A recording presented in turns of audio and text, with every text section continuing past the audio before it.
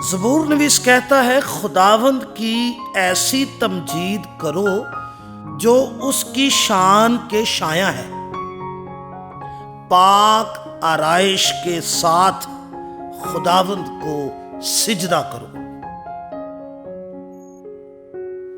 یسایہ کی کتاب کے 6 باب کی 3 آیت میں یسایہ کہتا ہے خدا کے روح کی ہدایت سے اور ایک نے دوسرے کو پکارا اور کہا قدوس قدوس قدوس رب الافواج ہے۔ قدوس قدوس قدوس یہ بائبل کا مضمون ہے، یہ بائبل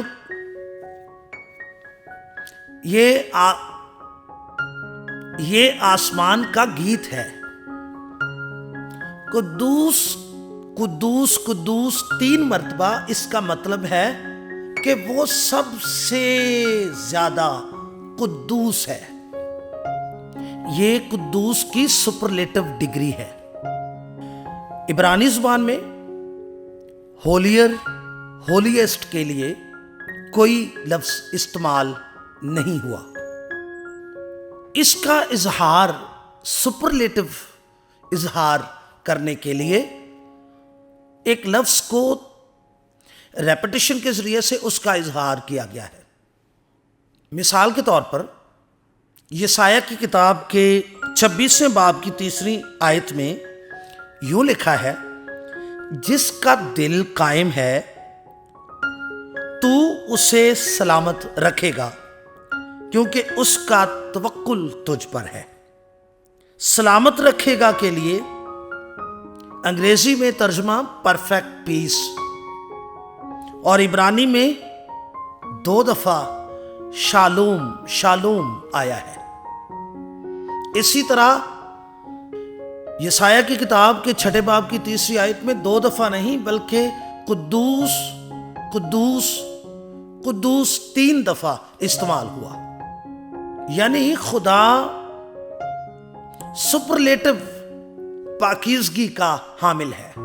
خدا سب سے اوپر پاکیزگی رکھتا ہے، خدا سب سے پاک ہے۔ مکاشفہ کی کتاب 8 باب کی 4 آیت میں، مکاشفہ کی کتاب 4 باب کی 8 آیت میں اس طرح سے لکھا ہے، میں یوحنا رویا دیکھتا ہے، خدا کے تخت کے چوگرد چاروں جاندار اس کی حمد کر رہے ہیں، اس کی اعلیٰ پاکیزگی کا بیان دن رات کرتے ہیں، وہ رات دن بغیر آرام کیے۔ یوحنا رویا دیکھتا ہے کہ خدا کے تخت کے چوگرد چاروں جاندار اس کی حمد کر رہے ہیں۔ لکھا ہے اس کی وہ رات دن بغیر آرام لیے یہ کہتے رہتے ہیں کہ قدوس قدوس قدوس خدا قادر مطلق، جو تھا اور جو ہے اور جو آنے والا ہے۔ عبرانی لفظ قادش جس کا ترجمہ ہولی یا اردو میں قدوس کیا گیا ہے۔ قدیم دور میں دیوتاؤں کی پرستش کرنے والے پرستار پیگن گاڈز کی جب وہ پرستش کرتے تھے تو ان کی زندگی میں زنا پایا جاتا تھا، کسبیاں ہوتی تھیں، پروسٹیٹیوٹس ہوتی تھیں، اور اگر وہ زنا نہیں کرتے تھے تو وہ ان کی پرستش مکمل نہیں ہوتی تھی۔ ان کے دیوتا اپنے پرستاروں کے کردار کو متاثر کرتے تھے، لیکن ہمارا خدا اپنی خوبی میں، اپنے ایٹریبیوٹس میں، اپنے کریکٹر میں پاک اور قدوس ہے۔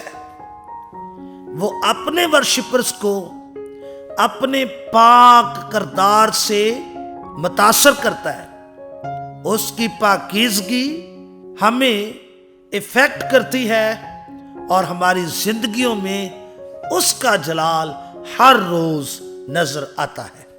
اسی سے ہم پہچانے جاتے ہیں کہ ہم خدا، قدوس خدا، پاک خدا کے لوگ ہیں۔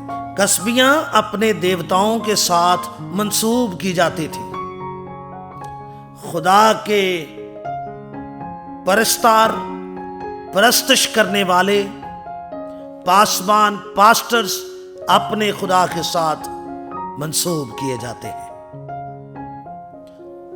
ہم ایماندار، پاک بنائے جاتے ہیں، ہماری سینٹیفیکیشن ہوتی ہے، ہماری تقدیس کی جاتی ہے جب ہم اپنے آپ کو قدوس خدا کو سونپ دیتے ہیں۔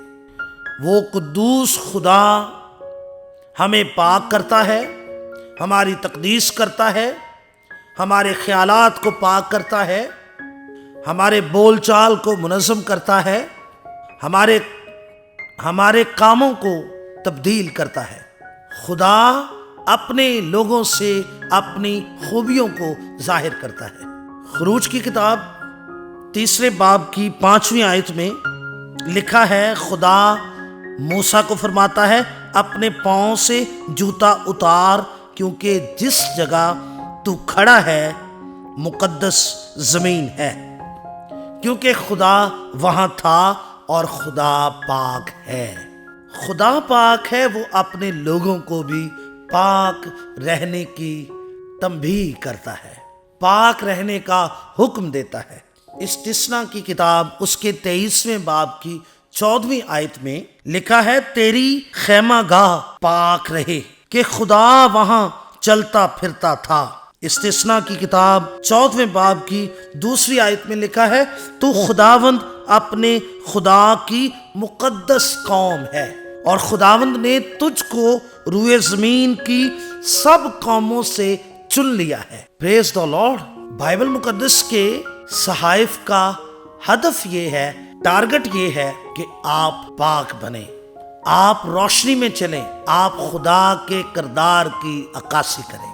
خدا نے آپ کو نجات صرف اس لیے نہیں دی کہ آپ صرف گناہوں کی معافی کا تجربہ کریں اور خدا کے آگے آپ راست باز ٹھہریں، بلکہ خدا ہر روز آپ کی زندگی میں اپنی پاک ہونے کی خوبی کو ظاہر کرنا چاہتا ہے۔ خدا چاہتا ہے کہ آپ پاک بنیں۔ میں دعا کرتا ہوں جتنے اس ویڈیو کو دیکھ رہے ہیں، خدا آپ کے اندر خدا کی مانند بننے کی آرزو اور پیاس پیدا کرے، آپ کے اندر یہ تڑپ اور بھوک پیدا ہو کہ آپ کو خدا کی مانند بننا ہے۔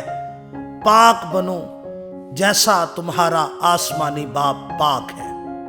خداوند آپ کو اس کلام کے وسیلے برکت بخشے۔ آمین۔